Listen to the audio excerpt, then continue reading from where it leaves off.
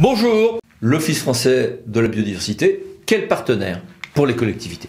Une loi du 24 juillet 2019 a marié, pour créer l'OFB, l'ancienne Agence française pour la biodiversité et l'Office national de la chasse et de la faune sauvage.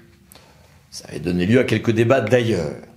Il s'agissait, dans les rapports sur cette loi, de replacer les enjeux de politique environnementale à un niveau territorial et d'avoir un seul grand acteur.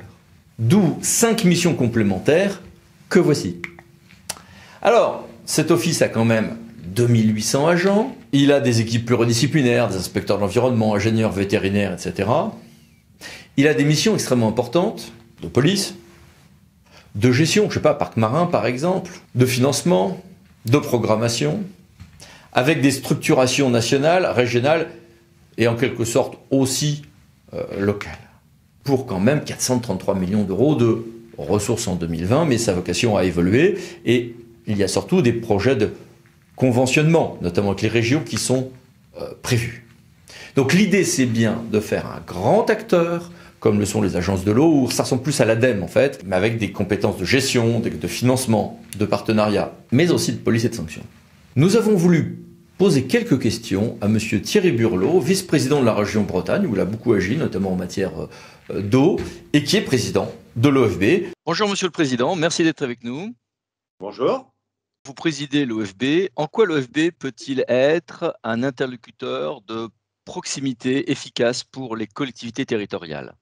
Vous savez, on connaît tous le rôle des agences de l'eau. L'agence de l'eau est une agence financière au service de la politique de l'eau en France, qui date de 1964, donc une longue histoire. Depuis quelques années, nous avons les ADEME, l'ADEME, l'Agence de maîtrise de l'énergie, qui sur le volet énergétique est une agence au service des collectivités territoriales pour travailler sur la question énergétique et donc du réchauffement climatique.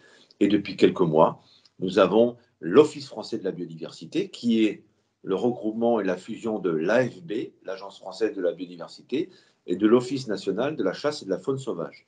Le deux faisant donc cet Office français de la biodiversité, qui est un outil d'État, une agence au service des politiques de préservation de la biodiversité en France.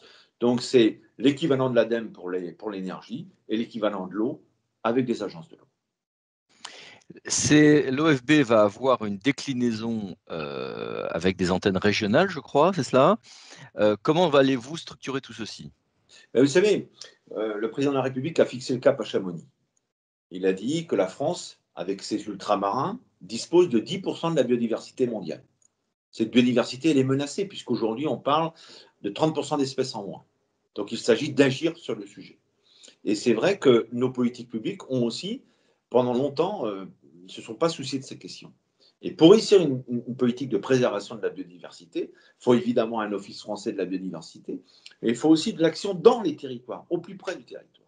Et c'est grâce à l'action des communes, des intercommunalités, et grâce à la mise en place des agences régionales de biodiversité, et on vient d'en mettre une en place en Bretagne, à partir de ces outils, on va pouvoir faire de l'éducation à l'environnement, de la formation des acteurs, et aussi mettre en œuvre des programmes de préservation de cette biodiversité, préservation des zones humides, préservation des corridors écologiques, préservation des talus et des haies, bref, avoir des véritables outils pour aider les collectivités locales dans la mise en œuvre de cette politique publique.